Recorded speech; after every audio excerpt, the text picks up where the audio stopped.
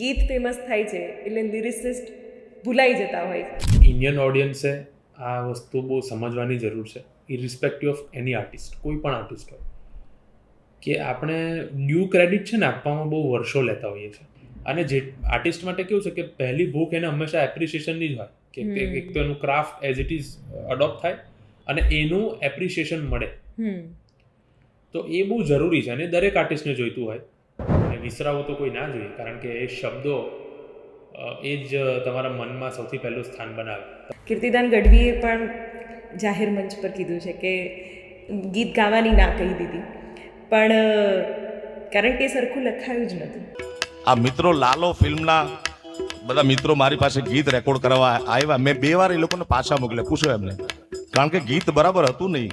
અમે લોકો જ્યારે આ ગીત લખ્યું મનોરથ, એ મનોરથમાં કેટલાક શબ્દ, એટલે 2 કે 3 શબ્દ એવા હતા કે જ્યાં, અને પછીથી એમણે ગાયું.